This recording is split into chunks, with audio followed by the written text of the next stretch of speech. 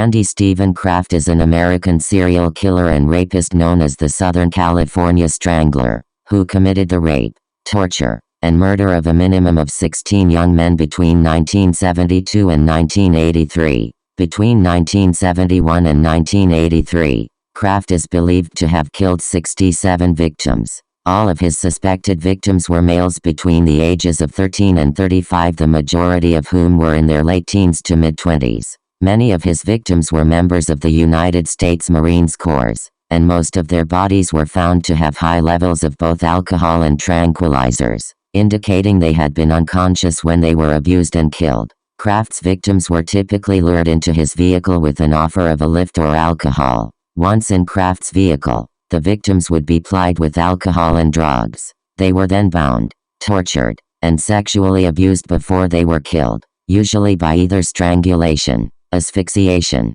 or bludgeoning. However, some victims had also ingested lethal doses of pharmaceuticals. At least one victim was stabbed to death. The victims would then be discarded, usually alongside or close to various freeways in Southern California. Photographic evidence found at Kraft's home indicates several of his victims were driven to his house before their murder. Many of the victims were burned with a car cigarette lighter, usually around the genitals, chest, and face, and several were found with extensive blunt force trauma to the face and head. In several instances, foreign objects were found inserted into the victims' rectums, while other victims had suffered emasculation, or mutilation and dismemberment. On October 5, 1971, police found the nude body of Kraft's first victim, a 30-year-old Long Beach resident named Wayne Joseph Duquette, discarded close to the Ortega Highway. Duquette, a bartender at a gay bar named The Stable in nearby Sunset Beach,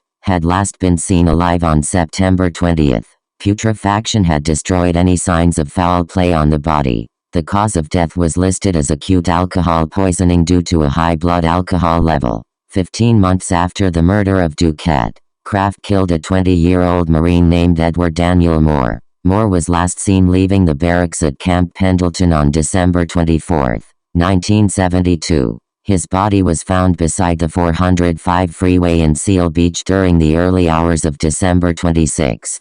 Abrasions on Moore's body indicated he had been pushed from a moving vehicle. An autopsy revealed he had been bound at the wrists and ankles, then beaten with a blunt instrument about the face before being garroted. His body also exhibited numerous bite marks. 6 weeks after the murder of Moore, on February 6, 1973, the body of an unidentified male, estimated to be between 17 and 25 years old, was found alongside the Terminal Island Freeway in Wilmington. This victim had been strangled with a ligature and also had a sock inserted in his rectum. 2 months later, on April 14, the body of 17-year-old Kevin Clark Bailey was found beside a road in Huntington Beach. Bailey had been emasculated and sodomized prior to his murder. By July 28, a further 2 victims had been murdered. An unidentified youth whose dismembered body was found in Wilmington on April 22, and a 20-year-old named Ronnie Jean Weeb, whose strangled body was discarded beside an on-ramp of the 405 freeway on July 30, 2 days after he had disappeared. Welt marks on Weeb's wrists and ankles suggested he had been bound and suspended from a device before his murder. Kraft is known to have killed at least once more in 1973. The victim was a 23-year-old bisexual art student named Vincent Cruz Mestas, whose body was found in the San Bernardino Mountains on December 29. Mestas's hands had been severed from his body and were never found. By November 1974, 5 more victims had been found beside or close to major roadways in Southern California, 3 of whom had been conclusively linked to the same killer. 2 of these victims, 20-year-old Malcolm Eugene Little and 19-year-old James Dale Reeves, had each been found beside a freeway with foreign objects inserted into their bodies, whereas the body of the third victim, 18-year-old Marine Roger Edward Dickerson, bore evidence of bite marks much like several earlier victims. On January 3, 1975, Kraft abducted and murdered a 17-year-old high school student named John Laris. The youth was last seen boarding a bus in Long Beach. His strangled body was found the following day, discarded at Sunset Beach with a foreign object protruding from his anus. Drag marks along the beach close to where his body was found suggested that two individuals had carried Larissa's body into the water.